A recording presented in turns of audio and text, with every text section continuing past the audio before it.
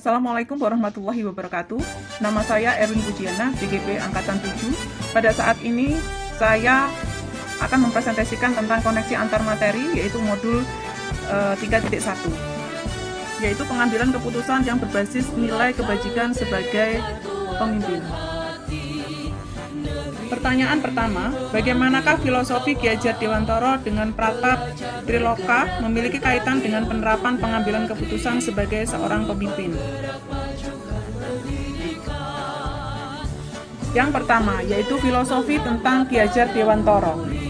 Pada filosofi Ki Hajar Dewantara itu menyebutkan bahwa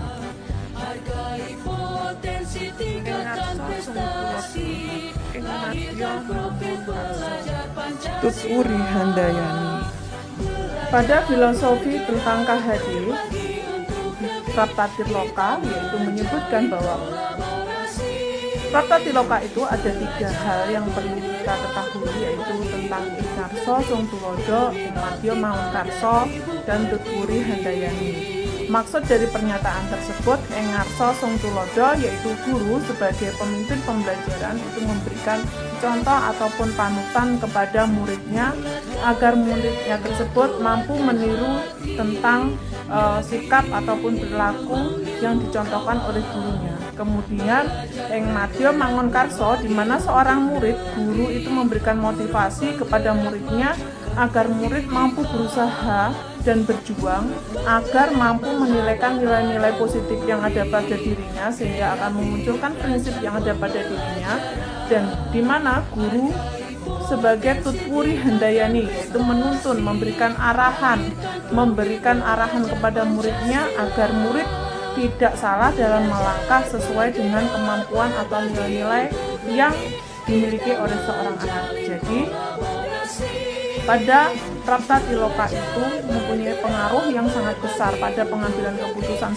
seorang anak, di mana awalnya anak itu mencontoh ataupun guru menjadi teladan, kemudian murid itu berusaha, bekerja keras dengan semangatnya dari tuntunan dari guru agar terciptalah nilai-nilai prinsip yang ada pada dirinya, sehingga anak mampu mengambil keputusan di dalam kehidupannya berdasarkan atas nilai-nilai dan prinsip yang dia dapat. Kemudian, bagaimanakah nilai-nilai yang tertanam pada diri kita itu berpengaruh kepada prinsip yang kita ambil dalam pengambilan sebuah keputusan. Tadi sudah saya pada pertanyaan yang kedua tadi, bahwa guru itu Ing Madya sebagai panutan. Pada saat Ing Madya Mangunkarso, guru itu memberikan semangat ataupun motivasi kepada anak untuk memunculkan nilai-nilai yang ada pada diri anak, sehingga nilai-nilai itu akan berkembang menjadi sebuah prinsip pada dirinya, dan nilai dan juga prinsip yang ada pada dirinya itu akan mendasari pemikiran dari seorang anak di dalam pengambilan sebuah keputusan. Jadi pada dasarnya Pratap Triloka mempunyai peranan yang penting pada pengambilan keputusan, berawal dari penanaman nilai-nilai dan prinsip pada seorang anak.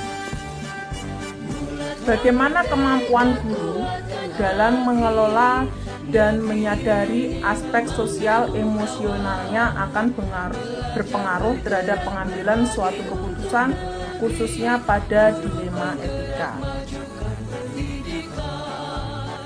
Pada saat pengambilan keputusan pada masalah yang terkait pada dilema etika, pasti kita akan menghadapi nilai-nilai kebajikan yang mendasar dan yang bertentangan.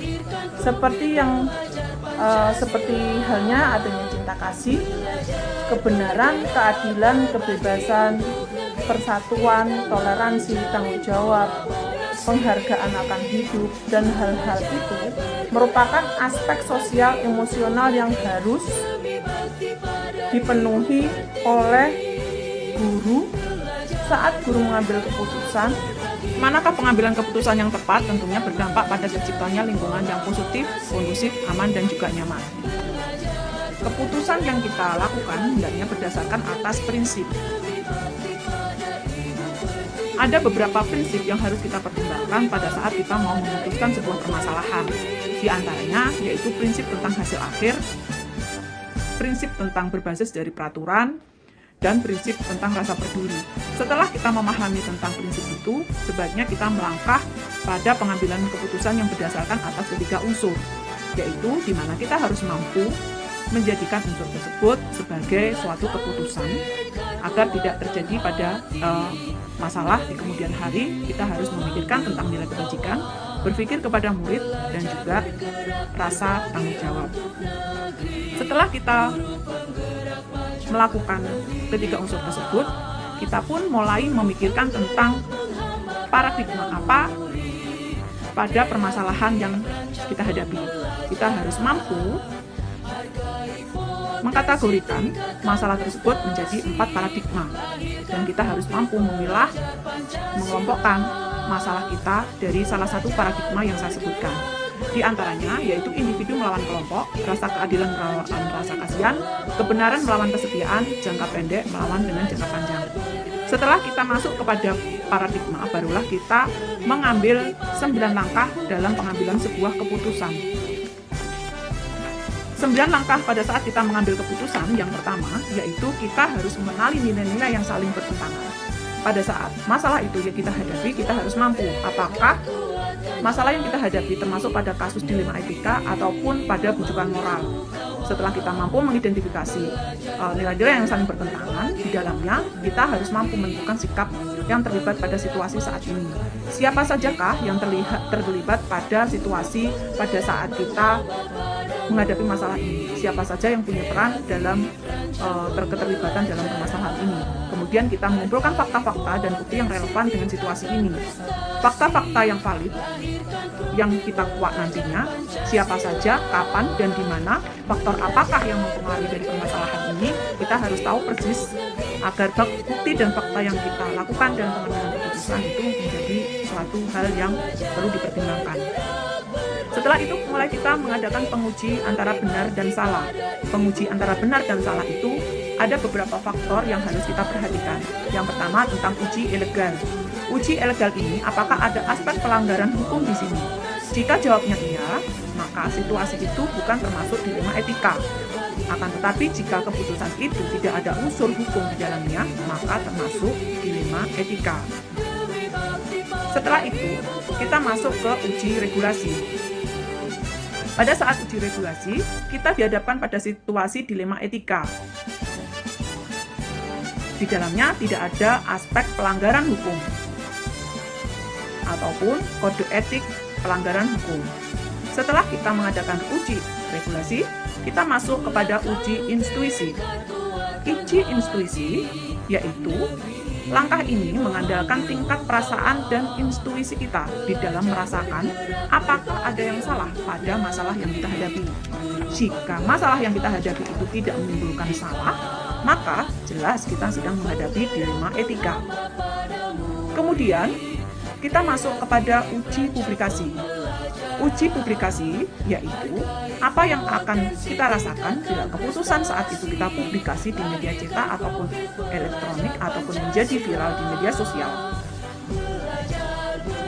Nah, jika pada saat kita sudah publikasi kemudian kita merasa tidak nyaman pada publikasi tersebut, berarti kita sedang dihadapkan pada dilema tentang bujukan moral, yaitu benar lawan salah. Namun jika kita merasa nyaman dan baik-baik saja saat hal itu kita publikasikan, berarti kita dihadapkan pada situasi benar melawan benar atau disebut dengan dilema etika. Masuk ke uji panutan. Pada uji panutan ini, kita akan membayangkan apa yang akan dilakukan oleh seorang yang merupakan panutan bagi kita. Dan di antara uji yang tadi saya sebutkan, ada 3 ujian yang sangat mempunyai peran penting. Yaitu 3 uji itu sejalan dengan prinsip pengambilan keputusan. Di antaranya uji intuisi, uji publikasi, dan uji panutan. Bila situasi dilema etika yang kita hadapi gagal pada salah satu hal tersebut, bahkan lebih dari satu, maka sebaiknya kita jangan mengambil risiko membuat keputusan yang membahayakan atau merugikan diri kita. Karena situasi yang kita hadapi bukan termasuk situasi dilema, akan tetapi masuk pada rujukan moral. Kemudian, apakah tantangan di lingkungan kita, lingkungan Anda, untuk dapat menjalankan pengambilan keputusan terhadap kasus-kasus dilema etika ini? Adakah kaitan dengan perubahan paradigma di lingkungan Anda?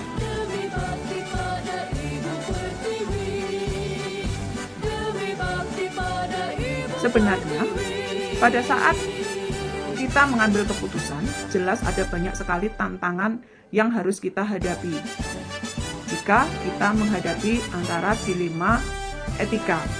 Tantangan yang kita hadapi pada kasus dilema etika biasanya karena antara benar melawan benar, kita biasanya akan sulit di dalam memutuskan hal tersebut. Di sisi lain, kita terbentur oleh rasa kasihan, di sisi lain kita terbentur dengan tanggung jawab kita, di sisi lain adanya paradigma dari individu, kita merasa benar, di sisi lain kita merasa bahwa dia pun memberikan pernyataan yang benar. Jadi ada dilema di dalam pengambilan keputusan terkait dilema etika, sehingga pada saat kita melakukan dilema etika itu pasti ada benar melawan benar. Dan pada saat kita mengambil keputusan antara benar melawan benar, kita harus benar-benar mempertimbangkan hal tersebut tentang nilai-nilai kebajikan yang mendasar. Jadi kita harus benar-benar memahami tentang nilai-nilai apa yang mendasar yang menjadikan kita mampu mengambil sebuah keputusan. Dan hal itu kita dihadapkan dengan adanya paradigma. Tadi sudah saya sebutkan bahwa ada 4 paradigma yang dihadapi pada saat kita melakukan dilema etika. Paradigma itu yaitu individu melawan kelompok. Jadi di situ kita berperan sebagai individu, kemudian kita harus memutuskan sebagai kelompok, kemudian rasa keadilan dan juga rasa kasihan, kebenaran melawan kesetiaan, dan juga adanya jangka pendek melawan dengan jangka panjang. Bagaimanakah seorang pemimpin pembelajaran dalam mengambil keputusan dapat mempengaruhi kehidupan atau masa depan seorang muridnya? Sebagai guru, tadi sudah saya sebutkan pada Ratap Triloka yang mengatakan bahwa ing ngarsa sung tulodo, ing madya mangun karso, tuturi hendayani. Di mana seorang guru sebagai panutan pemimpin pembelajaran mampu mengarahkan peserta didiknya, memunculkan nilai-nilai yang ada pada dirinya berdasarkan atas kebutuhan muridnya. Jadi, seorang guru harus mampu memunculkan nilai positif yang ada pada diri seorang anak berdasarkan atas kebutuhan muridnya. Setelah kebutuhan muridnya itu muncul, maka akan muncul juga potensi yang anak ataupun kekuatan nilai ada pada diri anak, dan guru memberikan tuntunan, mengarahkan kepada peserta didiknya agar anak mampu menentukan masa depan dirinya. Jadi tugas guru di sini adalah memberikan pembelajaran sesuai dengan kebutuhan murid yang nantinya akan mampu memunculkan potensi yang ada pada diri seorang anak dan kekuatan nilai yang ada pada dirinya, sehingga anak mampu untuk mewujudkan cita-citanya di masa depan. Apakah pengaruh pengambilan keputusan yang kita ambil dengan pelajaran yang memerdekakan murid kita? Bagaimanakah cara memutuskan pembelajaran yang tepat untuk potensi murid kita yang berbeda-beda? Kita sudah tahu pada saat ini kita menerapkan tentang merdeka belajar. Maksud dari merdeka belajar di sini bukan artinya anak tidak belajar, akan tetapi di sini pembelajaran itu dilakukan berdasarkan atas kebutuhan murid. Jadi, apa yang diperlukan murid, guru memberikan arahan dan juga tuntunan untuk memunculkan nilai positif yang ada pada diri anak ataupun memunculkan kekuatan nilai yang ada pada diri anak. Dan menurut KHD, kita juga sudah mempelajari pada materi yang sebelumnya, yaitu guru adalah memberikan tuntunan kepada dan arahan agar anak tidak memberikan memilih arah pada saat sudah menemukan kekuatan nilai yang ada pada dirinya.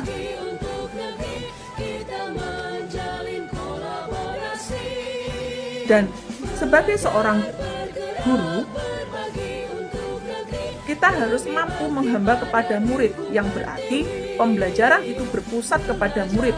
Ibarat seorang pembeli yang dianggap raja, selayaknya murid harus mampu dianggap raja pada setiap pembelajarannya. Jadi, di mana kita sebagai seorang guru tidak akan kehilangan rasa hormat dan wibawa jika kita memperlakukan siswa kita dengan lemah lembut, senyum dibandingkan sikap tegas wibawa yang ditunjukkan pada seorang murid. Jadi, kita harus mampu menjadikan anak itu seperti halnya kita memunculkan goresan yang sudah ada pada diri anak, yaitu goresan yang positif. Kita pertebal agar muncullah kekuatan nilai yang ada pada diri anak. Sehingga goresan yang buruk kita biarkan saja dan akan menghilang dengan sendirinya. Pembelajaran yang kita lakukan harusnya berdasarkan atas kebutuhan murid. Jika sudah mampu kita memberikan pembelajaran berdasarkan atas kebutuhan murid, maka akan muncul potensi yang ada pada diri anak yang akan menghantarkan mereka pada masa depan yang lebih baik. Pembelajaran yang kita lakukan jelas akan berbeda-beda sesuai dengan kebutuhan murid.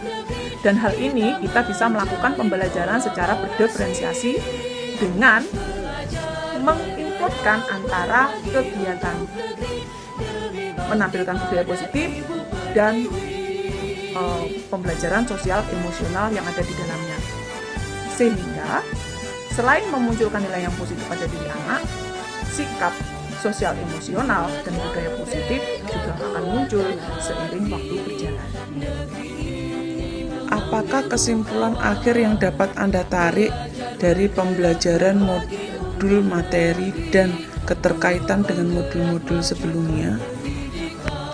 Pengambilan keputusan yang bertanggung jawab berbasis kepemimpinan itu punya kaitan erat pada KHD. Karena pada saat KHD, guru sebagai pamong memberikan kebebasan kepada para peserta didik, akan tetapi kebebasan atau kemerdekaan yang diberikan itu dalam bentuk kebebasan dalam pembelajaran, di mana anak mempunyai kesempatan di dalam menentukan model pembelajaran yang dia inginkan sesuai dengan kebutuhannya. Sedangkan guru itu hanya memberikan arahan dan tuntunan agar anak tidak salah dalam mengambil sikap dalam melaksanakan pembelajaran itu. Sehingga jika seorang guru telah mampu mengarahkan ing ngarsa sung tulodo, ing madya mangun karsa tutwuri handayani. Dengan demikian, maka seorang guru akan mampu mengarahkan kepada anaknya untuk menemukan kekuatan nilai yang ada pada diri seorang anak. Jika seorang anak sudah mempunyai kekuatan nilai yang ada pada diri seorang anak, memunculkan nilai-nilai yang positif pada diri seorang anak, maka seorang guru akan mampu memberikan landasan dasar kepada seorang anak untuk menentukan sikap dan prinsip, di mana dalam menentukan sikap berdasarkan atas nilai dan juga prinsip yang dia miliki yang akan menjadi landasan dalam pengambilan keputusan yang bertanggung jawab berbasis kepemimpinan. Akan tetapi proses yang dilakukan tidak segampang itu. Guru dalam memberikan pembelajaran dalam penanaman nilai dan prinsip yang ada memerlukan beberapa tahapan. Di antaranya melakukan berbagai perubahan.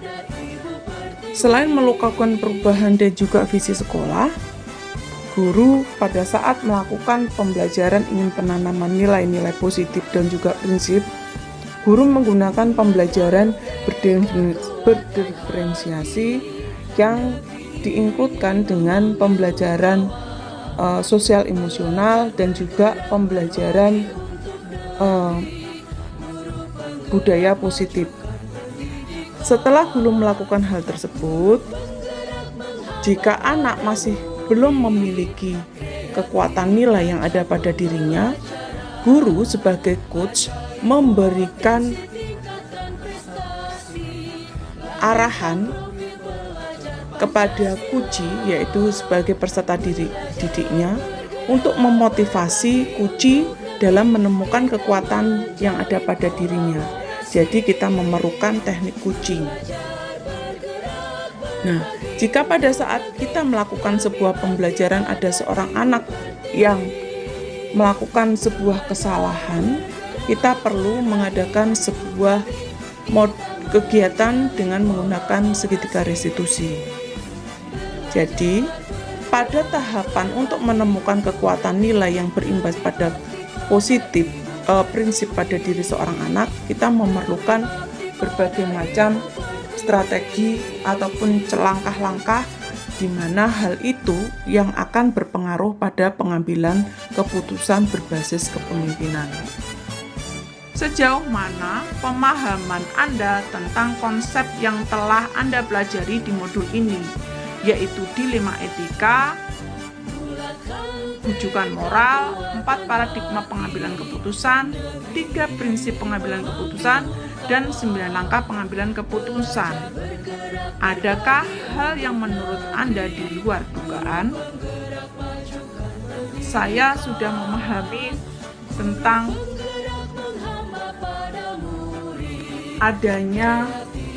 ada pengambilan sebuah keputusan di mana kita dihadapkan antara yang pertama yaitu dilema etika. Dilema etika adalah saat kita dihadapkan oleh permasalahan antara benar melawan benar.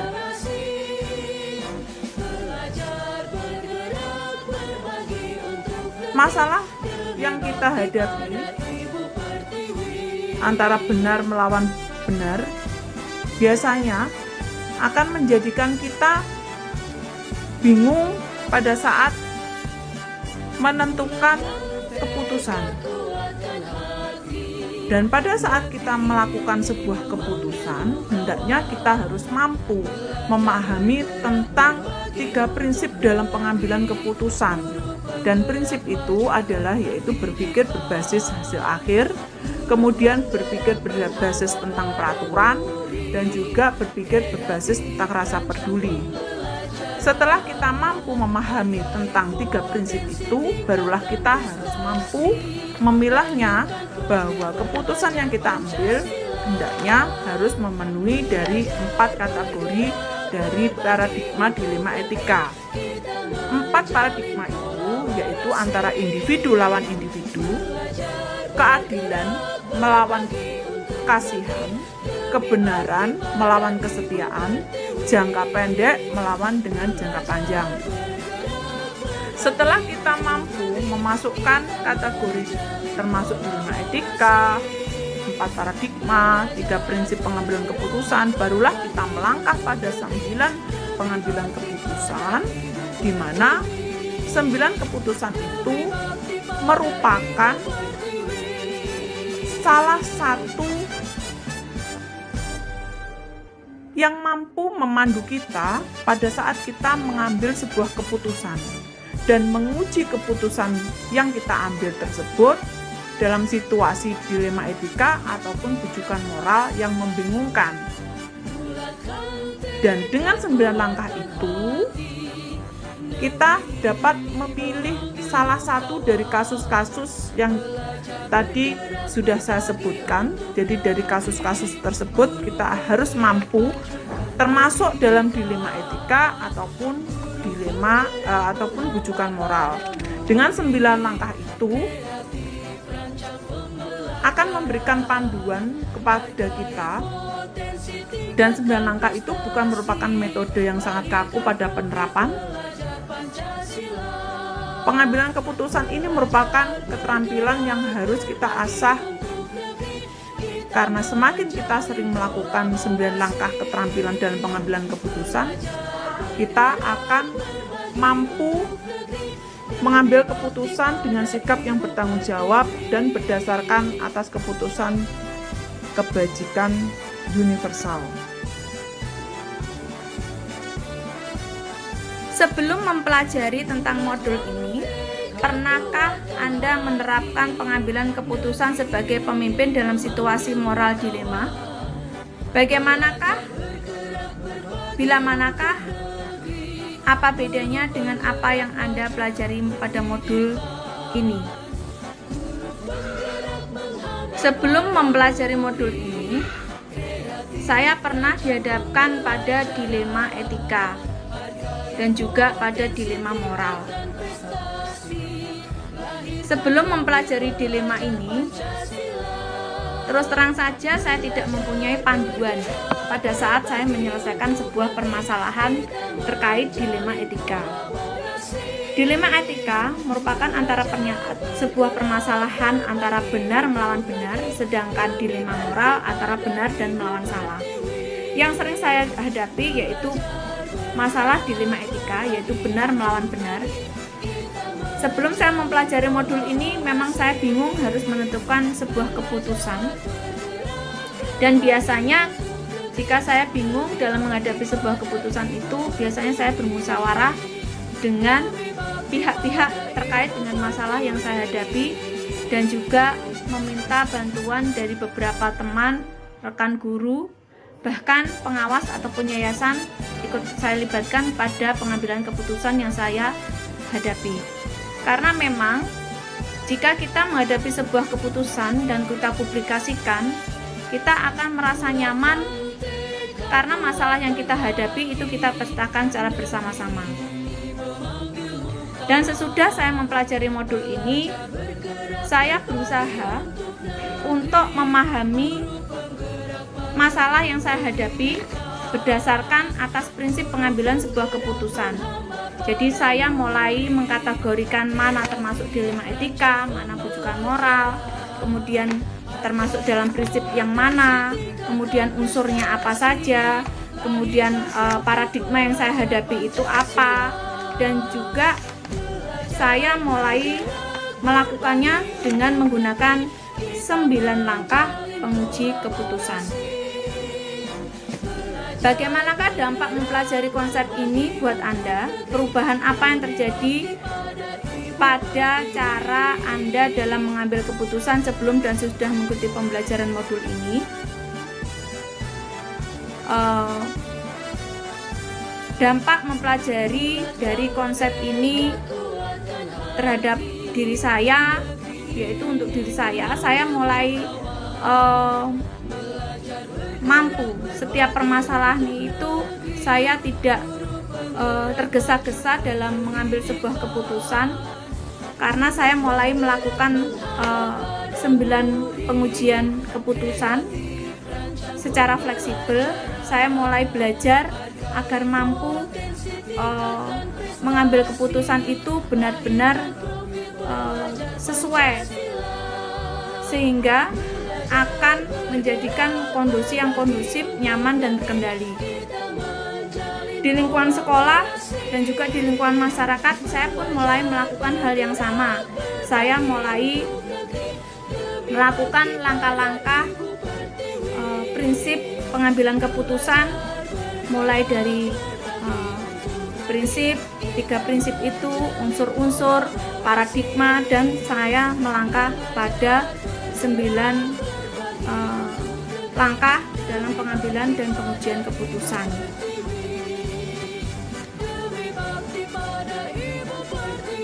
Seberapa penting mempelajari topik modul ini Anda sebagai seorang individu dan Anda sebagai seorang pemimpin? Sangat penting sekali modul 3.1 ini, karena modul ini akan mampu menjadikan pedoman bagi saya pada saat saya menghadapi sebuah permasalahan.